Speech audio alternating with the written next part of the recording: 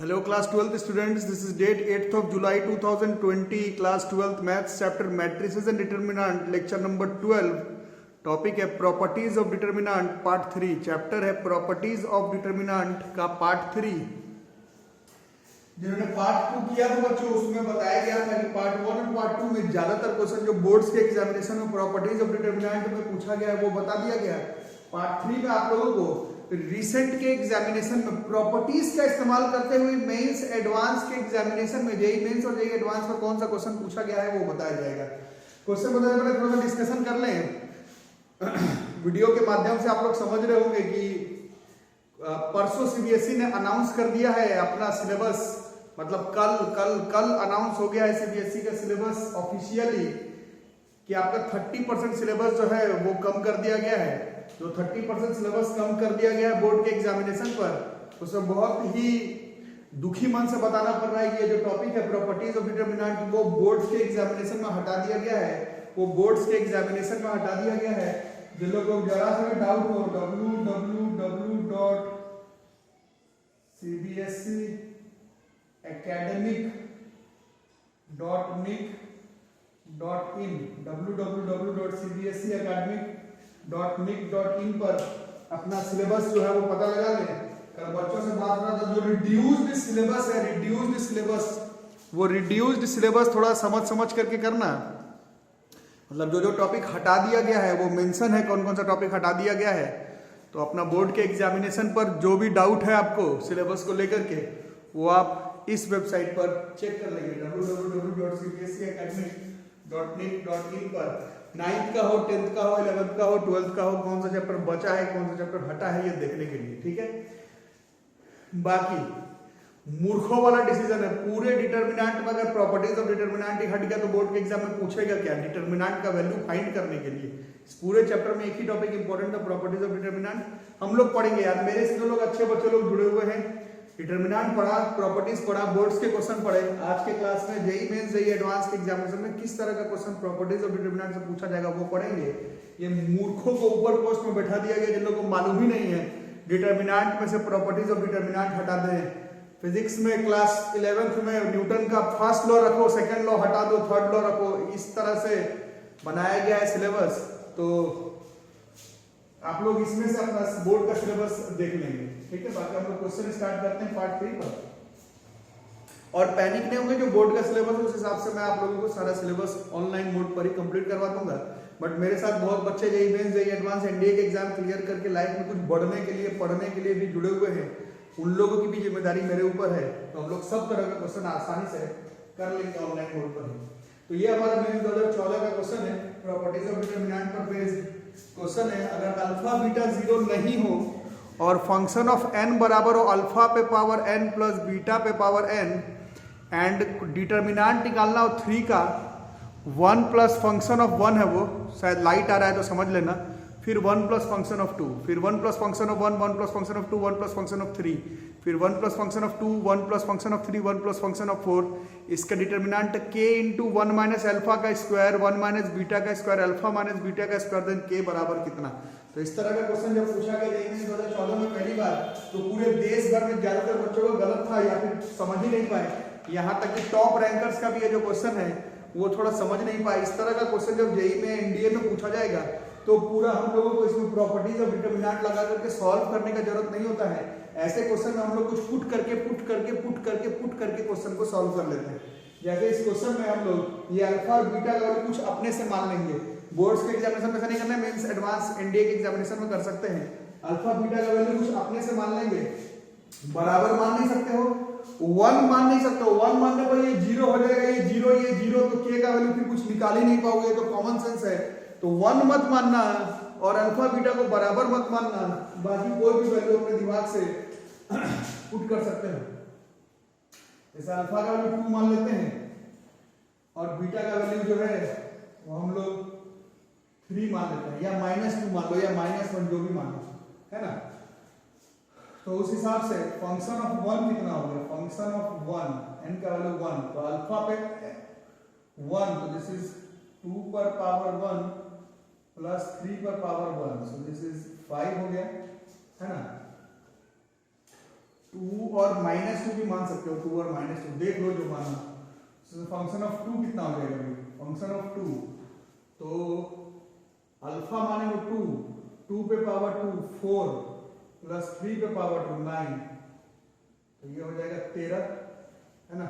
थोड़ा इसमें लंबा कैलकुलेशन हो जाएगा, नहीं तो कुछ दूसरा वैल्यू मान लेते हैं, थोड़ा छोटा मानते हैं, कुछ 1 नहीं मान सकते हैं ना, तो -1 मान लेते हैं और बीटा का वैल्यू जो है वो 2 मान लेते हैं, ठीक है। चलो अब बताओ कितना होगा।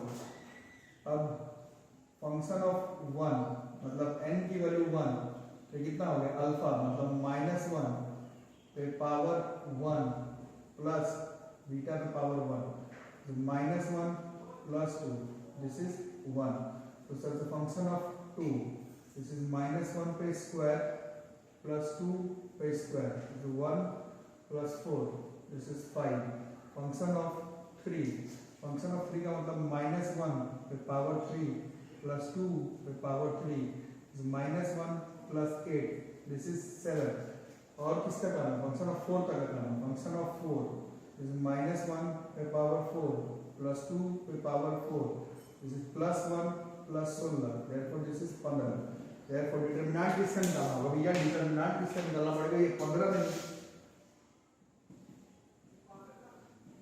17 होगा, तो डिटरमिनेंट निकालेंगे 3 का 1 प्लस फंक्शन ऑफ 1, तो 1 प्लस फंक्शन ऑफ 1 है, तो ये 2 हो गया, 1 plus function of 2, function of 2 5 है नहीं, फिर 1 प्लस फंक्शन ऑफ 1, तो ये 2 हो गया, फिर 6 हो गया, फंक्शन ऑफ 3 7 था, साथ में एक दिस इज 8, फिर function of 2 this 6, this is 8, this is 17 is equal to k times of 1 minus alpha, alpha -1 है, 1 minus 2 का स्क्वायर हो गया, this is 4, 1 minus beta, beta 2 है, 1 में से 2 गया, -1 का स्क्वायर 1 हो गया, फिर अल्फा माइनस बीटा, अल्फा है -1 -2 -3 का square plus 9, so this is 36k, और इसका डिटरमिनेंट निकाल देते हैं, देखता हूँ व्यू आ रहा है कि व्यू आ रहा है कि ये जब आया था 2014 में, जो टॉपर स्टूडेंट जो लोग थे, जो लोग जेईई मेंस में अच्छा रैंक लाए देश भर में, उन लोग भी समझ नहीं पाए कि इस क्वेश्चन में क्या करना है। इस क्वेश्चन में इस तरह का क्वेश्चन पुट करके ही बना लिया जाता है, इसको पुट करने की बारी आ गई, तो 3 के साथ 16 7 जा 17 6 जा 102 -64, डिटरमिनेंट निकाल रहे हैं -2, this is 34 minus 48 plus 6 16 minus 36, और इधर 36k, तो 102 में 64 गया, इज कितना हो गया, 36 2 38, 38 किया 114, 34 14 -14 -14 into this is -14 into -2, this is +28 हो गया ना, -14 इंटू -2 दिस +28, और ये हो गया 16 36 -20 प्लस 6 120 बराबर 36 के, ये -9 है ना, तो 114 में 28 जोड़े 142, कुछ गलती हो रहा लगता है बच्चों, है ना, कुछ गलती हो रहा लगता है, कुछ गलत हो रहा है, डिटरमिनेंट रुक जाओ, निकालते जरा सा, रुको,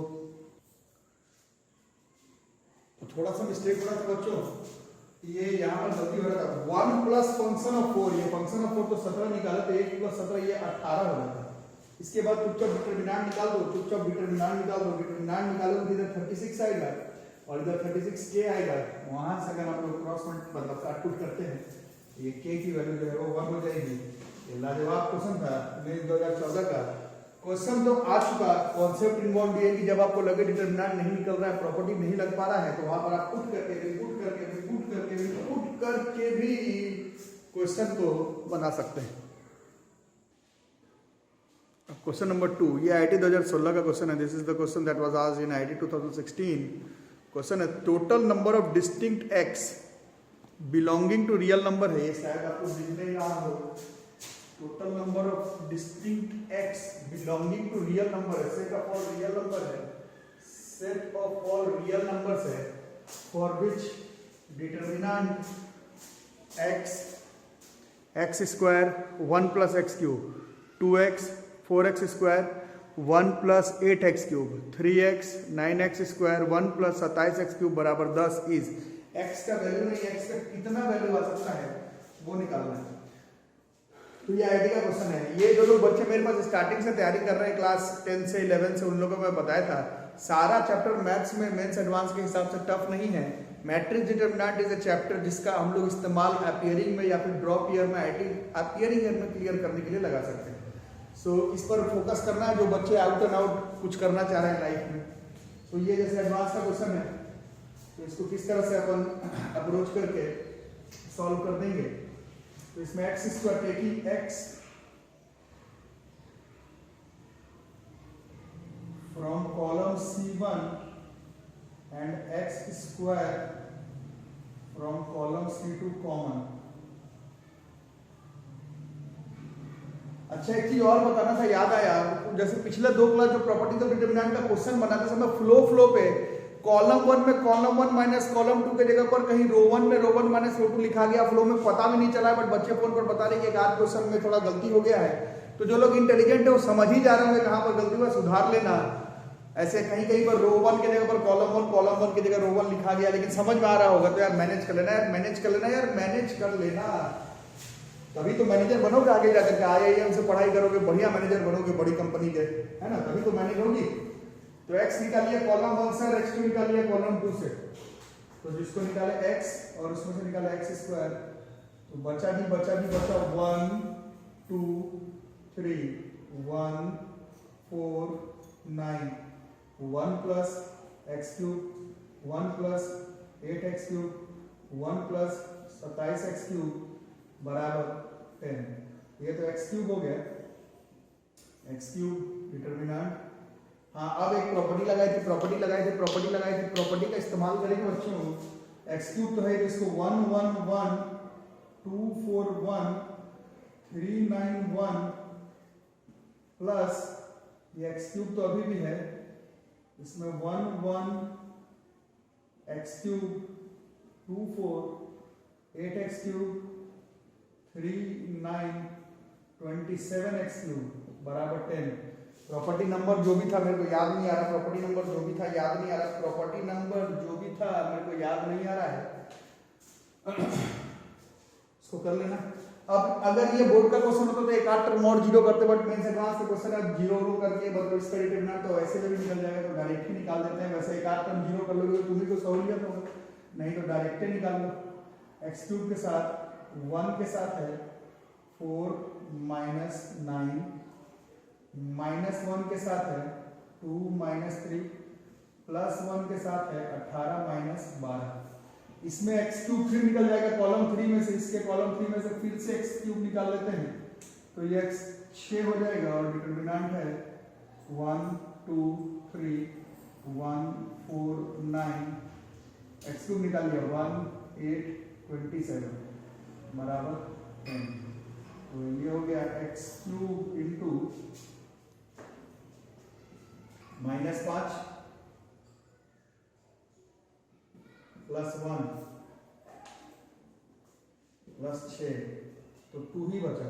इधर से बच गया 2x क्यूब, इधर से बच गया 2x क्यूब, इधर से बच गया 2x क्यूब और इधर से। अब इसमें 1 1 1 है, आपको मन है प्रॉपर्टीज लगा के एक आपको जीरो करोगे तो सीधा डिटरमिनेंट ही निकाल लेता हूं मैं, आप अपना देख लेंगे क्या कर रहे हो। 1 के साथ 27 4 जा 108 8 9 जा 72 माइनस 1 के साथ 54 माइनस 24 फिर प्लस 1 के साथ 18 minus 12 2x cube plus x का पावर 6 दिस इज 108 में से 72 गया तो 36 plus minus minus minus minus 30 plus 6 तो 36 से 42 12x cube into x cube मैंने 12x पावर 6 2 के टेबल में थोड़ा मैनेज कर लेते हैं तो दिस इज 6x का पावर 6 प्लस x क्यूब -5 बराबर 0। 6x का पावर 6 प्लस एक्स क्यूब -5 बराबर 6। 6x का पावर 6 प्लस एक्स क्यूब -5 बराबर 0। अब यही का क्वेश्चन है, 7th क्लास में आप लोग पढ़े थे। पावर 6 है तो इसमें 6 रूट्स तो होगा, 6 रूट्स तो होगा, 6 रूट्स तो होगा, बट दो प्रॉब्लम है। पहला तो डिस्टिंक्ट होना चाहिए, दूसरा x belongs to real number होना चाहिए। तो यहाँ पर जाने के बाद 6 अगर होगा तो 6 पर नहीं मार सकते थे। छोटे क्लास में सिखाया गया था कि 6 इसका रूट्स होगा, बट 11th 12th में पढ़े कि 6 और रूट डिस्टिंक्ट होगा, ये जरूरी नहीं है। 6 और रूट रियल होगा, ये भी जरूरी नहीं है। इसलिए आपको सॉल्व करना पड़ जाएगा। तो सॉल्व करने के लिए एक्स क्यूब को p पुट कर देते हैं, तो this is 6p² plus p -5 बराबर 0। स्प्लिटिंग नंबर लिख रहा हूँ, 6p² प्लस 6p, हाँ ठीक ही कर 6p -5p -5, 6p common, p + 1 -5 common, p + 1। इससे एक p का वैल्यू 5/6, एक p का वैल्यू -1। p तो क्वेश्चन में ही नहीं था, मतलब एक्स क्यूब बराबर 5/6 और एक्स क्यूब बराबर -1। एक्स क्यूब का वैल्यू 5/6, एक्स क्यूब का वैल्यू 5/6 और एक्स क्यूब का वैल्यू -1 है ना। तो इससे और क्या क्या कर सकते हैं, इससे x की वैल्यू हो जाएगी,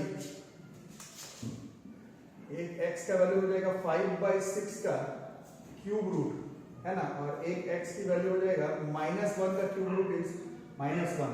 अच्छा, कॉम्प्लेक्स नंबर चैप्टर में पढ़ा था, -1 1 इन सब का क्यूब रूट निकालेंगे तो जरूरी नहीं कि 1 ही हो, बट जो बाकी दो रूट आएगा, जो बाकी दो रूट आएगा, बाकी दो रूट आएगा, बाकी दो रूट आएगा, वो इमेजिनरी आएगा। तो क्वेश्चन में रियल रूट के बारे में बात हो रहा था। इसमें दो आंसर है, 5/6 का क्यूब रूट और -1, यही दो आंसर है। यही जो दो आंसर है, इस क्वेश्चन का आंसर हो जाएगा। IIT 2016 का क्वेश्चन हो जाएगा, ये एडवांस 2016 का क्वेश्चन हो जाएगा, IIT 2016 का ये क्वेश्चन हो जाएगा। चलो तो नेक्स्ट क्वेश्चन देखते हैं। ये IIT 2011 का क्वेश्चन है, IIT 2011 का क्वेश्चन है determinant 1 tan θ1 - tan θ1 tan θ -1 - tan θ1, then the set f of theta 0 से θ π/2 है। तो ये जो सेट है वो कहाँ से कहाँ तक जा सकता है, ये सेट कहाँ से कहाँ तक जाएगा, ये सेट कहाँ से कहाँ तक जाएगा, वो क्वेश्चन है। ये सेट जिसमें कि थीटा 0 से π/2 है, उस सेट का रेंज डोमेन कहाँ से कहाँ तक जा सकता है। तो इस क्वेश्चन को सॉल्यूशन करने के लिए हम लोग, रूल अभी भी वही है भैया, डिटर्मिनेंट का रूल अभी भी वही है, रूल अभी भी वही है, रूल अभी भी वही है, रूल अभी भी वही है। एक टर्म को 0, एक टर्म को 1 0 करने का ट्राई करो। जैसे इसमें रो 1 में रो 1 प्लस रो 3 कर दिए, तो रो में किए हैं तो 1 में 1 जोड़ दिए, दिस इज 0, tan थीटा में दिस इज 0, और 1 में 1 जोड़ दिए 2, बाकी कुछ किया नहीं है। This is -tan theta, this is 1, this is tan theta, this is -1, this is -tan theta, this is 1। और अगर डिटरमिनेंट निकालते हैं तो 0 वाला गया, सिर्फ 2 वाला बचेगा। 2 के साथ क्या बचेगा, tan² थीटा, और ये -1 की जगह +1, 1 + tan² theta is sec² theta. ये इस क्वेश्चन का आंसर हो रहा है, sec² थीटा। और sec थीटा का वैल्यू, sec थीटा का वैल्यू, sec थीटा का वैल्यू, sec थीटा का वैल्यू फर्स्ट क्वाड्रेंट में आपको मालूम है कि sec का वैल्यू किसी भी कीमत पर 1 से बड़ा होता है जी, 1 से बड़ा होता है जी, 1 से बड़ा होता है। मिनिमम भी होगा तो 1 होगा, 1 होगा, 1 होगा, 1 होगा, 1 होगा, मिनिमम में भी। इस पूरे का मिनिमम में भी वैल्यू 1 है इंटू 2, तो मिनिमम में भी इसका वैल्यू 2 होगा। ये किसी भी कीमत पे ये जो टर्म है वो 2 से बड़ा होगा या फिर इंफिनिटी तक जाएगा। ये इस क्वेश्चन का आंसर हो जाएगा। sec² थीटा का मिनिमम में भी वैल्यू 1, तो 2 तो इसका मिनिमम वैल्यू है, नहीं तो 2 से बड़ा आएगा, इंफिनिटी तक जाएगा, 2 इंक्लूडेड होगा, इंफिनिटी तक जाएगा, 2 इंक्लूडेड होगा, इंफिनिटी तक जाएगा, 2 इंक्लूडेड होगा जी, और इंफिनिटी तक भी जाएगा। ठीक है, क्योंकि इसकी वैल्यू बोल रही है कि 0 से π/2 भी ले सकते थे, है ना, 2 से इंफिनिटी तक जा सकता है।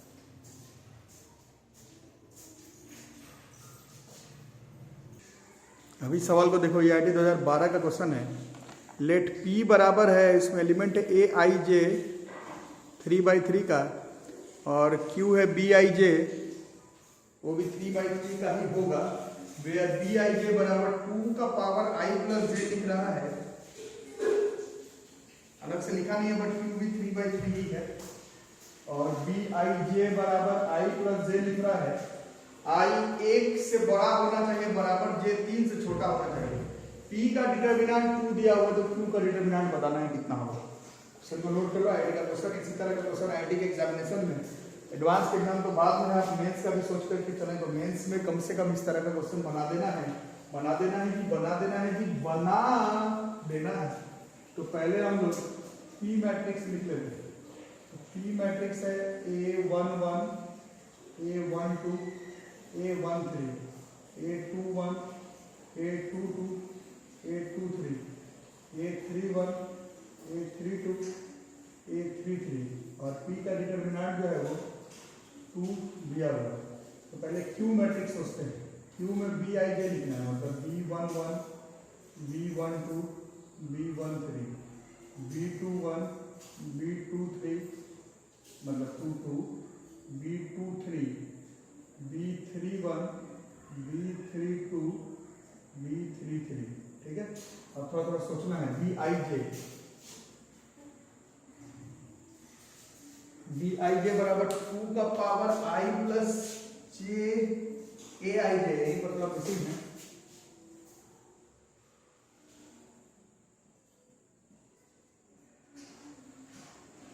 2I plus J AIJ।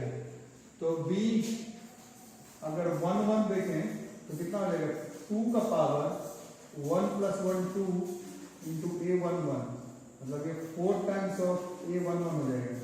इसी तरह से B12 अगर देखें तो 2 पर पावर 3 हो जाएगा, तो 8 टाइम्स ऑफ A12 हो जाएगा। B13 तो 2 का पावर कितना हो जाएगा, 2 का पावर 4, मतलब 2 का पावर 4 कितना हो जाएगा, 16 A13। उसी तरह से B21, ये तो फिर 8 टाइम्स हो गया, 8 times of A21, B22 16 times of A22, B23 5, this is 32 A23। उसी तरह से B31 4, तो 16 times of A31, B32 5 32 A32, B33 64 A33, है ना। तो यहाँ पर हम लोग Q जो मैट्रिक्स है इसमें क्या लिख सकते हैं, 4 times of A11, 8 times of A12, 16 times of A13, फिर 8 times of A21, 16 times of A22, 32 times of A23। थोड़ा फॉन्ट छोटा, अगर अपना दिमाग से बनाना है, अपने दिमाग से बनाना है। 16 A31, 32 A32, 64 A33, ठीक है। ये है जी मैट्रिक्स है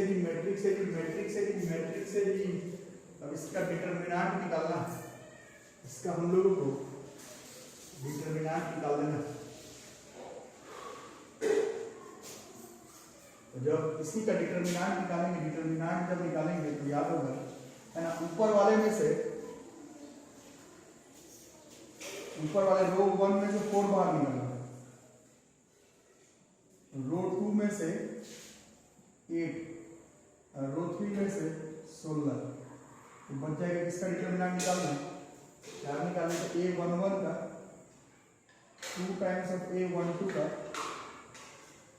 4 टाइम्स ऑफ A13 का, फिर 8 निकाले थे, तो A21 का 2 टाइम्स ऑफ A22 का 8 निकाल दो, 4 टाइम्स ऑफ A23 का, तो 16 निकाल दिए। तो A31 2 टाइम्स ऑफ A32 और 4 टाइम्स ऑफ A33, ठीक है। अब इस पूरे में से 2 बाहर निकल जाएगा, इसमें से 4। थोड़ा अपना दिमाग से बना लेना यार, थोड़ा दिमाग से। अब ये मत बोलना दिमाग से बनाने के लिए बोला तो सर हमारे पास दिमाग ही नहीं है तो कैसे बनाएंगे, ये नहीं बोल देना, ये नहीं चलेगा।